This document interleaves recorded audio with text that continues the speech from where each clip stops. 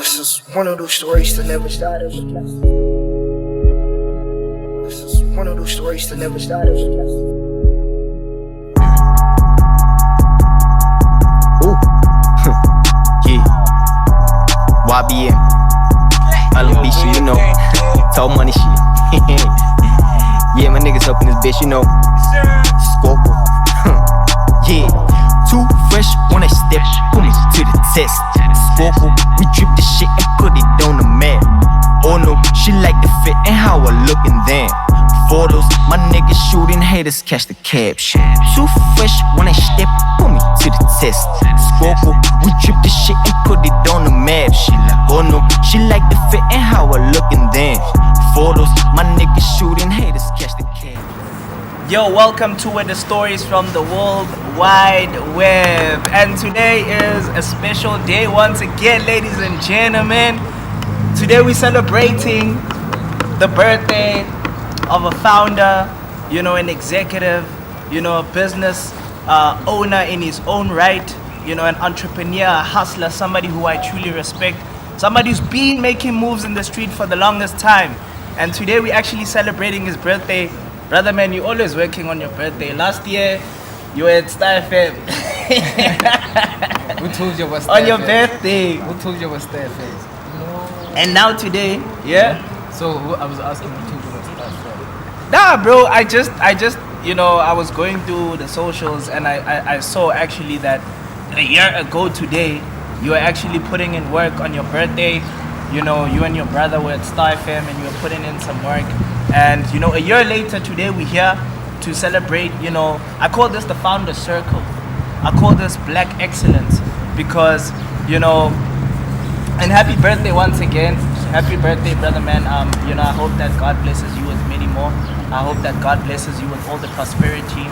I hope that He blesses you with everything that you've envisioned for yourself to come true. And today we're gonna go through your story, and it gives me great pleasure. We're looking fresh, by the way, ladies and gentlemen. We in that Scoco drip. Everybody on set is rocking that Scoco. I don't know if we're gonna get the niggas in the shot, but We're gonna get them in the shot. we gotta get them in the shot. So guys, this is Avela Jilaji. This is a person who I truly respect, one of Klerksdorp's most respected hustlers. And brother man, welcome to the podcast. This is the stories from the World Wide Web. Thank you for having me. Yeah, man. So first of all, let me say this. Today wouldn't be possible if I didn't pray the way I prayed, because I was almost involved in the cancer industry. If it wasn't for that prayer that I did before entering the transport, I wouldn't be here talking to you about my birthday. Everybody here wouldn't be here. So I'm really thankful to be here. First of all, this moment for me is life on its own. I'm just reminiscing about my life, and I'm grateful to break down my journey with you guys and the rest of the world. So let's do this. Who is Avela Jilaji? Kubano Avela Jilaji. Where you from, B? Who you is, fam? Basically, I'm from Eastern Cape. I was born there in Bartowed, and then we moved to Klerksdorp when I was really young. And then I grew up here. Klerksdorp is my hometown. I'm from the hood called Kanana, and where I'm from, you really need to pray or do something, because it's just like any other hood, but it has its own downers, Yeah. But I'll tap into that another time. Yeah. But that's who I am in a nutshell. I come from the hood. I've been inspired to become this fashion designer that I am today by basically living the life that I live.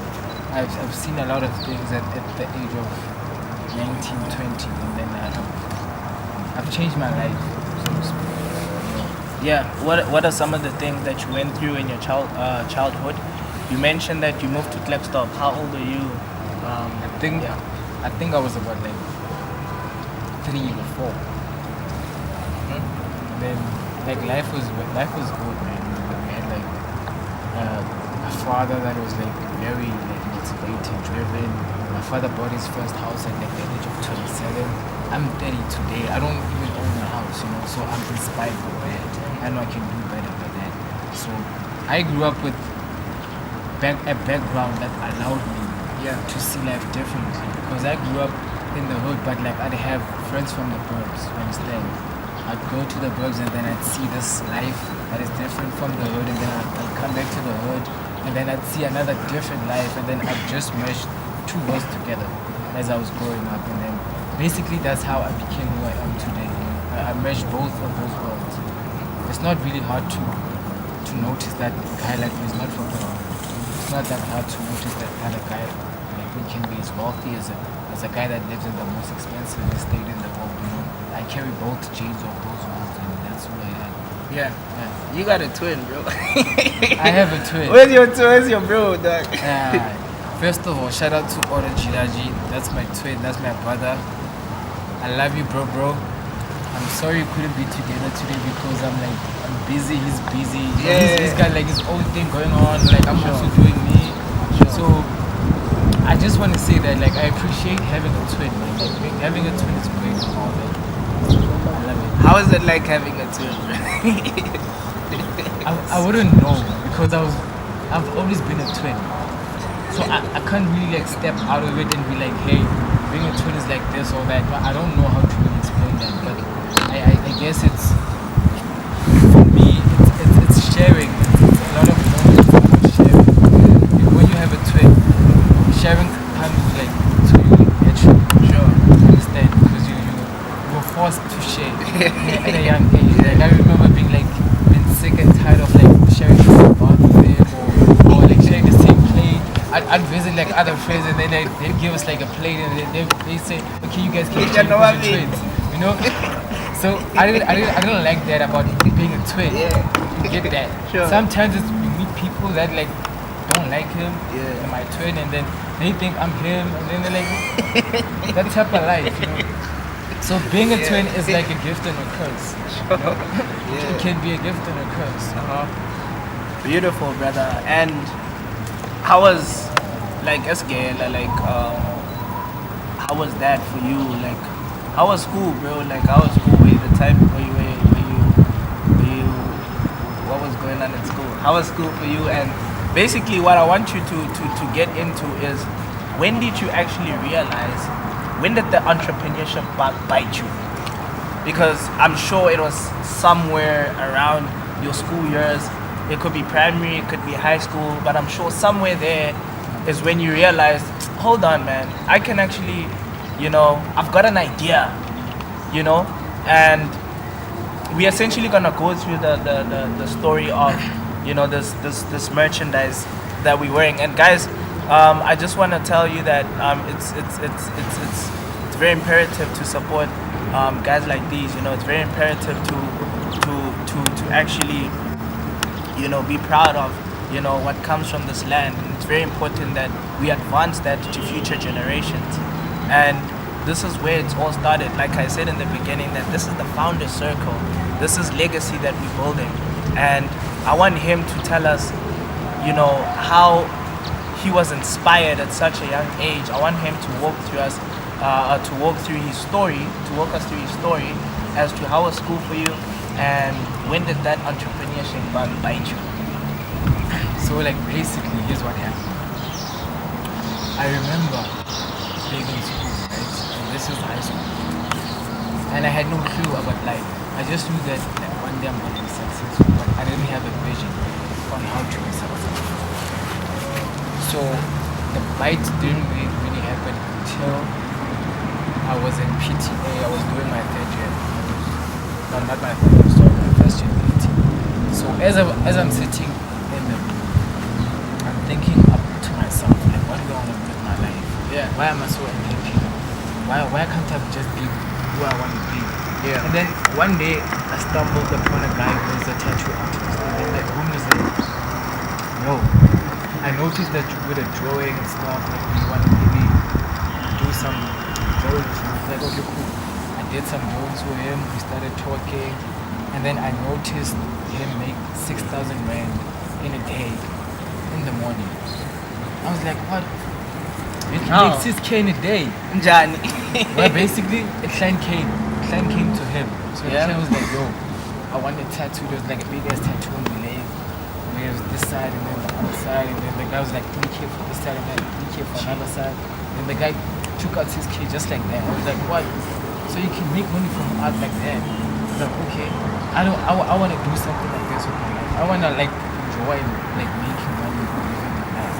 Yeah, you know? And then that also transpired into me starting my own tattoo studio. Okay. I left school and then I started the tattoo studio. Hence, you see me with tattoos. Yeah. You know? Well, Nigga like, tatted up. by the way, I do my own tattoos. I tattoo myself. I look myself in the mirror and I tattoo myself. You know? Oh yeah. Yeah, I do that shit. So Yeah. now that's one thing about me. I'm multi-gifted. You see. Sure. I'm like multi-talented, so to speak. Sure. I do my own tattoos, bro. Sure. I cut my own hair, bro. Make my own clothes. See, that's the type of person that I am on this earth. Because I live with a purpose now. I know my value. Everywhere I step in, I know my value. Sure. You see. So getting back to like how this whole thing transpired into me wanting to become an entrepreneur. It was after that moment of realizing that, hey man, you can make money while you sleeping or while you just chilling. Sure. All depends on how you think. Money is not All it takes is an idea, bro. and like besides an idea, yeah, an idea is It's a always great the way first to- to yeah, start. yeah, It yeah. is the source. Yeah, The yeah, idea is yeah, the yeah. source.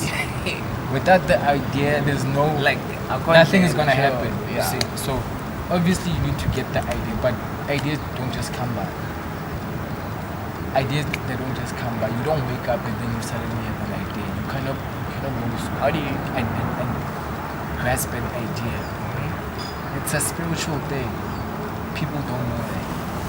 An idea is it's a spiritual thing. Sometimes you get ideas through dreams. Sometimes you get vision. You understand? And that's where I take advantage when it comes to this whole thing of my business. I depend on that spiritual, realm to know what people are into, to know what colors are gonna come into trend. It's deeper than What on the it looks. surface. Yeah, yeah. it's deeper than people think that branding is just printing clothes and you sell it. That's not the idea. It's deeper than that. Yeah. I mean, I'm African, bro. I'm African. I carry like a spirit that most races don't carry. Sure. I get these ideas from my ancestors. Sure. This idea is not my idea per se. I'm just a body that embodies this. You understand? Sure. So yeah, as I was saying, artists need their spirituality to get ahead in life because they are being used by ancestors, but they're not aware. So if you're a person that listens, when I say listen, I mean in terms of seeing. In the spiritual world, you can also listen by seeing, but people don't even understand that. But that's a topic for another day. I'm just taking advantage of this world while I Yeah. yeah. And you ventured into the designing. You mentioned that you started your own tattoo studio. Like, how was that? Like, what did you start with? Where did you get the equipment and how did you put that together? Basically, the first tattoo machine I had was a demo. I got it in Headshow. It was around like $750. So it wasn't a real tattoo machine. It was a demo. You can't use it on people. But I didn't know that. I just started going in. Sure. Like, hey, I got a business. Hey, I'm branding. Hey. Yeah. And then 2 years down the line, I'm like, this thing is not working for me. You know, like it's I fell out of love with it, and then I tapped into clothing. And how I tapped into clothing is where my life changed. Sure. My life, I had to go through things for me to become the person I am today. Sure.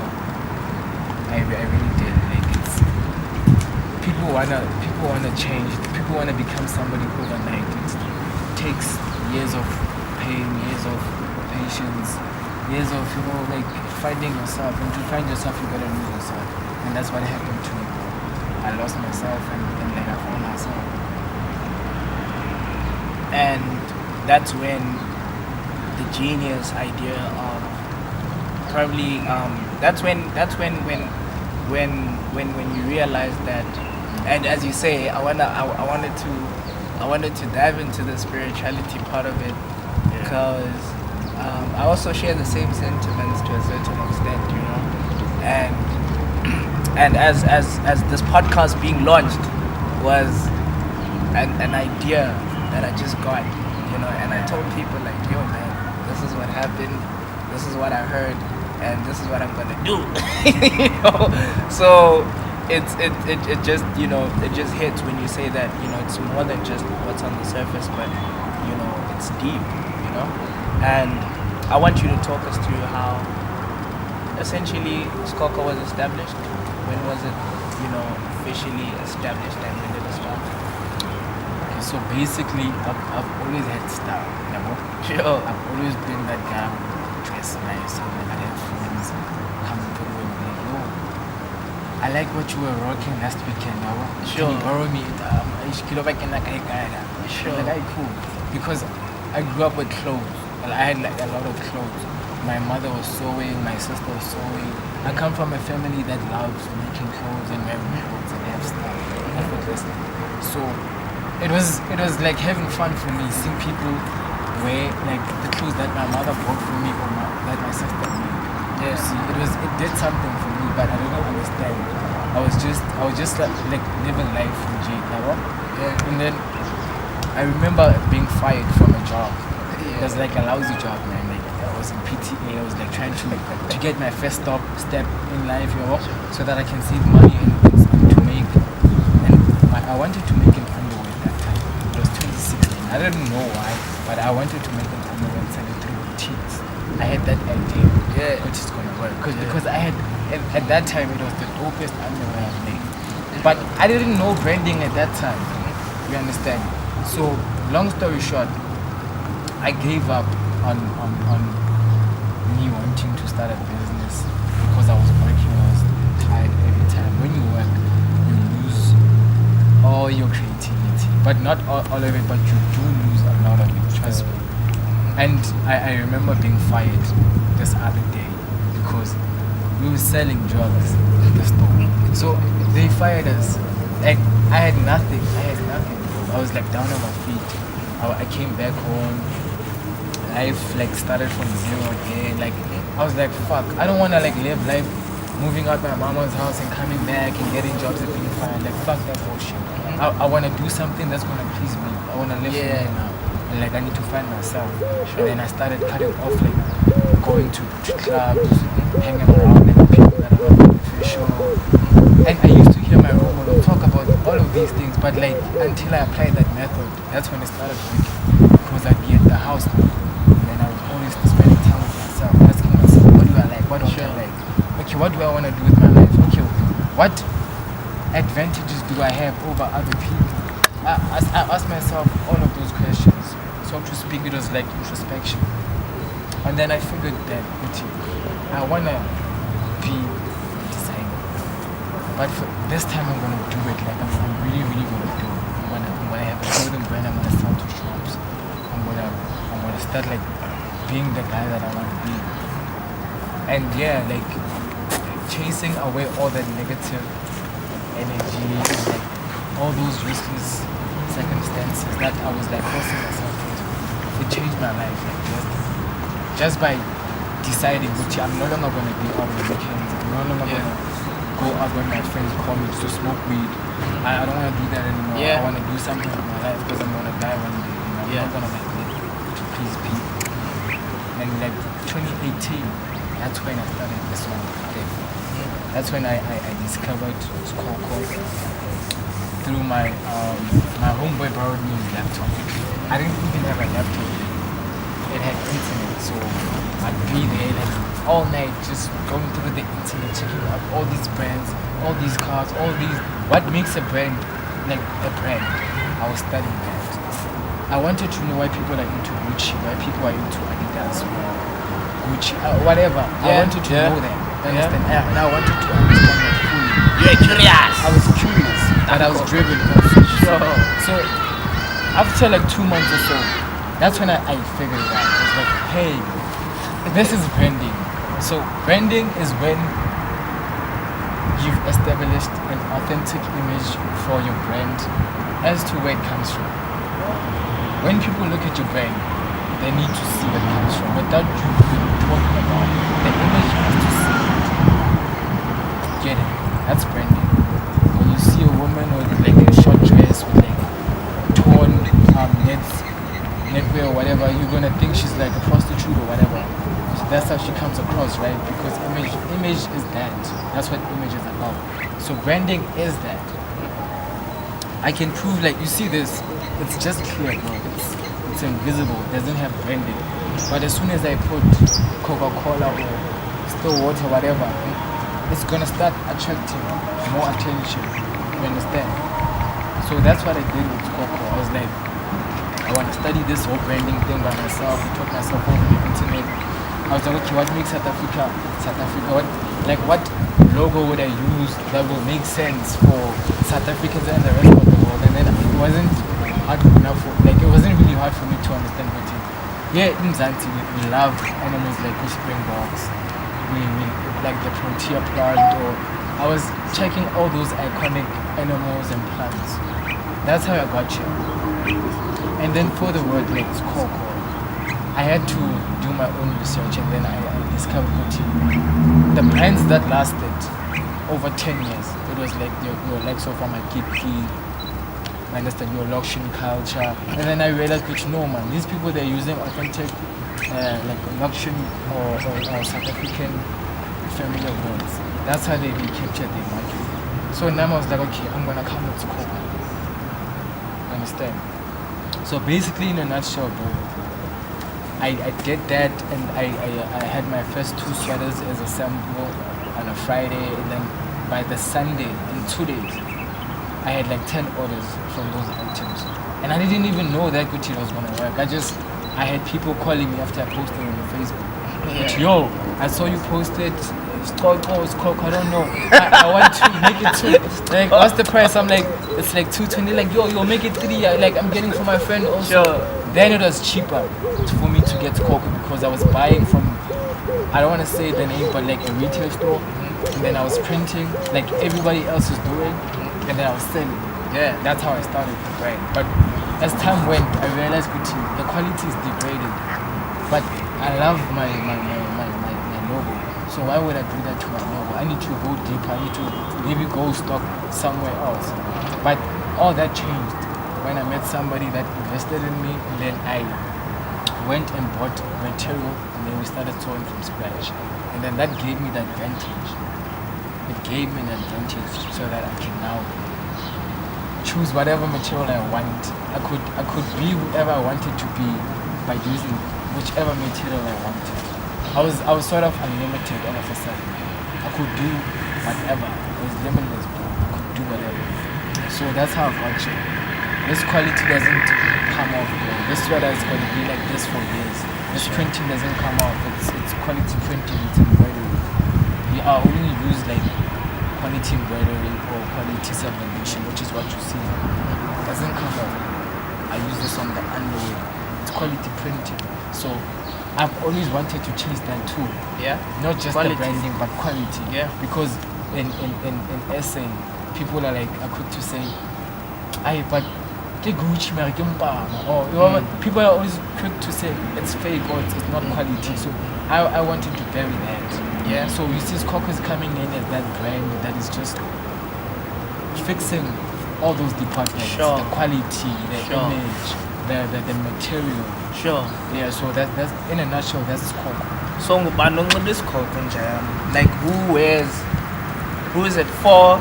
And you mentioned that when you look at a brand, you're supposed to know where it's from. You're supposed to identify the brand with a certain people, a demographic, or a certain style, you know. So who is the brand for? Who is the brand for? Basically, the brand is for people that are into luxurious feels. If you're a person that has a vision or you're into material things, you're gonna fall for Scoco, obviously.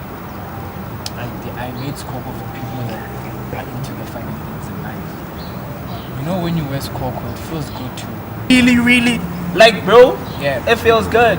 And here's the thing about it. It feels really good. I didn't know what was going on. because I'd like put on this Scoco item, and then maybe the following day I'd wear something else that I bought like from a shop, right? And then I'd feel like odd. I'd feel odd to a point of like I started with like wearing Scoco every day. Like I couldn't get enough because the energy, the aura that it comes with, it makes me feel like I'm a bitch. It's like it makes me feel positive. I've never like worn something like that in my life, and I know it's just garment, and it sounds like I'm exaggerating, but like that's really how it feels. You see, and what they told me is that this brand, when you wear it, it is actually coming from the ancestors. The ancestors have put aura in the branding, so that when people wear it, they become so lucky to the point of you're going somewhere, you want to look for a job, and then you wear this hoodie. When you walk inside the store, whatever you want the job, there's a high chance you're gonna get that job, or you're gonna be lucky enough. Trust me, like this is what I was told, and like I didn't make sense at first until I realized with each month. It may be true, because it has those good feels, People just people even want to give you money when you're wearing this. I'm like, what's going on? Like, people want to call you Scoco. It feels like it's your birthday, even though it's my birthday, but it feels like it is, something is going on when you wear this. Sure. And it's deeper than like what people think it is, trust me. That's all I can say. Who are some of the people that you've dressed in a brand? And who are some of the people that you wish to dress in a brand? Firstly and foremost, this brand, I'm not gonna lie, I made it for your legs over for the road train, the cross. Like I want the world to wear Scoco. Do you get that? I wasn't aiming to please my country. I want the world to wear something, and I want them to wear Scoco, and I don't want them to wear Scoco because of me doing me a favor. I want them to actually fly around the world and be like, I want this shit. I saw it in a video. I want this shit. That's what I want for this brand, and it's gonna happen. You see, it's gonna happen. So who have you dressed? Why do you want to know who? Okay, me, Jesus Christ, number one. Who do you want to dress? But I think your vision, my friend, is so significant in that what your vision, it has to scare you, man. You know what I mean? Like right now, we're sitting here, Matlera on a Sunday, you could be at home chilling, but we're out here creating this content. We're making this for the legacy. First of all, this podcast is dedicated to Ingosi, Indwana, and future generations to come to see Abo Malume or Abo Bok or Abo Mkulu Avela. They made initiatives. They never waited for anyone. I mean, just for us to make this interview happen, it took us like it was crazy for us to make this thing happen. But the persistence and the vision that drove us, and which is something also drove from your story as well, when you were at a point where you had to make a decision as to what do I need to do with my life, and you took the initiative to actually start searching on the internet, and you made memes to gather resources for you to start. Like you just have to start, and that's what I really, really admire about you, and what I admire about your story is that we're literally creating history right now. And it's a spiritual thing once again. It's a special thing. People are gonna be listening to this podcast and they're gonna be blessed, man. You understand? And everything that you're saying, bro, like I feel it, man. I feel the quality. I feel the fact that Drake could wear this. I feel ukuthi like didn't come as far, you understand? And that's why the goals are ukuthi, who have you dressed? Who do you want to dress? You understand? So that essentially those people who associate themselves with Drake and now they are going to rock this thing. And the fact that you are speaking it into existence to say that it is gonna happen, I resonate with that. know. So you've spoken about that. That's your 5-10 year plan. I want to know, are you planning to diversify the brand?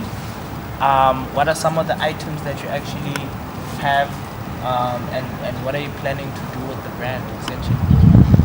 So like basically, you're gonna be able to get the brand in the belt, sneaker, duffel bag, I don't know what you name it. I already have the design set up for China. I'm just waiting for something to click. Then I get those samples done. We start manufacturing at a mass scale. Because the aim here is to supply boutiques around the country. It's called. Later on, we'll probably like start franchising into our but for now, we want to supply boutiques because it's a simpler method. I mean, for me, it's a simpler method. I don't have to open a shop or run brands or whatever. I just have to do it slow, supply to the right people, and get the product one way, and then repeat the same way until we get to our the franchise stage. And we're gonna get there. So, yeah, but like I have at least the idea that gives me time. You see, it gives me time for me to not put myself under pressure because I also need my creativity juices when I'm on this journey. I can't be stressing about like a lot of things. Do you understand? Chances of you creating employment with the brand? I heard that I could probably be one of the people to positively change the economy of this country. Because hence should we have factories, should we start our own factories, like I said, supply the world. I'm not talking about South Africa, just supply the world. You know how big the world is. It's very vast, it's huge. We can't cover it all. We're trying to cover that shit with Scoco. It's like I feel like we're like the Pablo Escobars of like the 70s. We're trying to have this product and people don't even know that this product is wrong. This product is like the shit when it comes to health.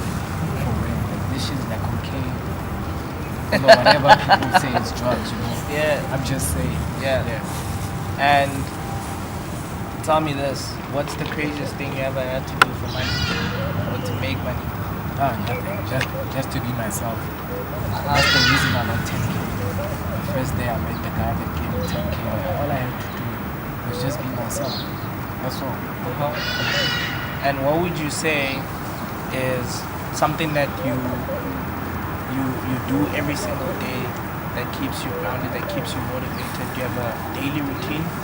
Do you go up? Is there a certain way that you go about your business? Is there one thing that you have to do, or a few things that you have to do on a daily or weekly? Right now the business is crazy because I'm doing a lot of admin, a lot of checking up on some of the tailors, some of the printers. People don't understand that for this product to be made, I have to go through the different sections. Yes, to combine them. I have to go to the printer separately, pay them, go to the tailor, pay them separately, just to get this product done. So all that admin and all that like getting back to the customers can be like a headache when you start a business. So at this point the business is running on a busy state because I'm here, I'm there, I'm doing this and that.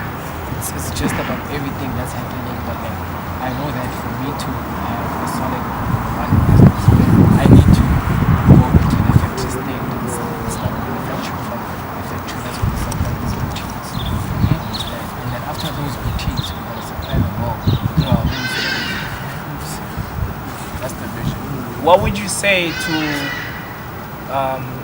somebody who's very young, or just anybody in general who has an idea to start a clothing brand?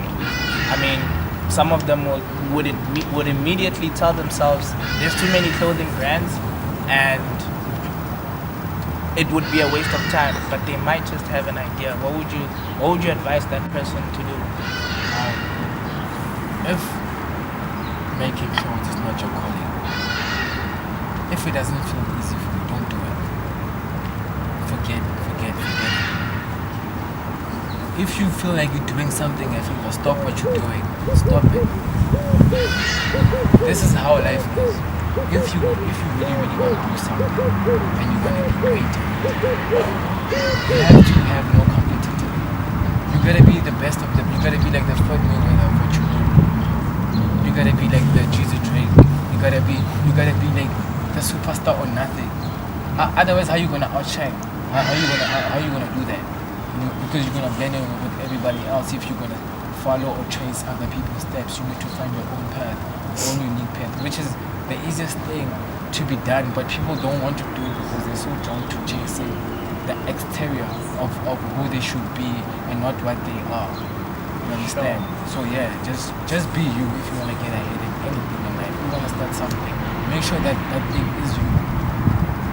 You are the brand. Yeah. Where's Avela gonna be in 10 years' time? You've just turned 30 today. Happy birthday once again. As we wrap up the interview, tell us where you're gonna be in 10 years' time, brother. Oh God. In the next 10 years, I believe that I'm gonna be supplying the world. It's cool. I don't know how, but it's God's plan. Don't ask me. You can call God if you have his number. But for reals, I'm gonna make it happen. For real. Trust me. And I just wanna say that I've been very blessed to have the people that I have. I'm gonna drop the door key following up this whole thing. You guys gonna see how we make the product, what we get up to, and all these things that you need to see about making a brand. We're gonna put it in a box for you, and then you're gonna see it, and it's gonna live for you too. Learn from it because it's all knowledge. That's what it is. Lastly, my friend, any advice to this is a podcast that is meant to inspire future generations, to inspire generation of yesteryear, and the world needs motivation, but motivation is garbage if you ask me. You always have it within you. You've always had it in you to create Scoco, to bring it to existence, and you have it in you, my friend, to make it a world-renowned brand. I believe it. I see myself, I see us doing a podcast overseas. I really do see us making big things happen in España, see us there in the Denmarks of this world. We're taking Scoco to Amsterdam, we are taking it to Rio de Janeiro, we're taking it to, Canada, worldwide. Worldwide. It's going everywhere, made in South Africa. So I want you to just give us the advice, and Jay, what would you say to the people, the dreamers out there? Yo, to the dreamers, realize that your dream is only your dream. When you go to sleep, who thinks about you? Who cares about you? Ask yourself those questions. If you really, really love yourself, aren't you gonna just take a bit of an effort just to get to where you should be? Even if it's one step at a time, don't you want to at least try? Unless you're not that, then don't chase your dreams. Just live life how you see it. But like if you're a dreamer, I'd say chase your dreams, man. Dreams are not impossible to have. Dreams are just dreams. It's just like money. Money is paper. You just gotta know the trick. You just gotta know the system. If you don't want to learn, you're not gonna achieve anything. You have to learn. Where can we catch you on social media? Where can everybody see the Scoco? Where can they make orders? Where can they reach you? So if you want to make an order, basically you can text this number 065 621 5530. That's our WhatsApp number and our call number. We're more responsive there. Then you can just hit us on our socials. Just text this. Type in Scoco, and you'll see it. Like you can even type it on Google. Type it on Google, you'll see it. It'll take you there to the socials. Okay. Away. Brian, Bafetu, Amazi, are we all coming through in the shot just to show? I'ma shout out. Homies, homies, are we coming through? Yo, it's my birthday. Hey, Klerksdorp, block. Should we sing happy birthday for you, motherfucker? Nah, we just trying to show the drip. Yo, can you zoom on us, my niggas? Yo, niggas, come through, dog. My nigga. Yeah, Bafetu, this is that's Scoco. This is Smokey. Smokey made this thing happen. Thank you, broski. Come through on the cams, buffet to Ozani comes in white as well. Bro, can you zoom in on this? Share my zoom lab. I'll tell my short lad. I'll tell my short. Hey bro, feels good. Aspona vanya. Ooh, bro, this is my favorite color, dog. I'm a Chelsea fan, dog. You should have given me this one. That's my favorite. Dog, you should have gave me the wrong color, dog. You should have done right there. Manchester, Arsenal. That's Liverpool. Manchester deserve the red. I think I Liverpool. Shit. We got the yellow. Bro, I saw this on the Instagram. I saw this. Yo, are you getting this, dog? I saw this on the Instagram. Were you in the picture, dog? There's a picture on Instagram. Motherfucker, dog. Yo, Buffet tweets bean stories from the WorldWideWebbPodcast. Thank you to Avela Jilaji and the gang, the Scoco gang. Thank you to the fellas that are appearing in the shot right now. Thank you to the guy behind the camera. You should appear too, dog. Come through. Yo, cameraman! Shalagala Scoco! That's what's up. Subscribe. Road to 5,000 subscribers by the end of this year. One time we out. Away. And that's a wrap. Hey, that shit is gonna hit, dog. That shit is gonna hit.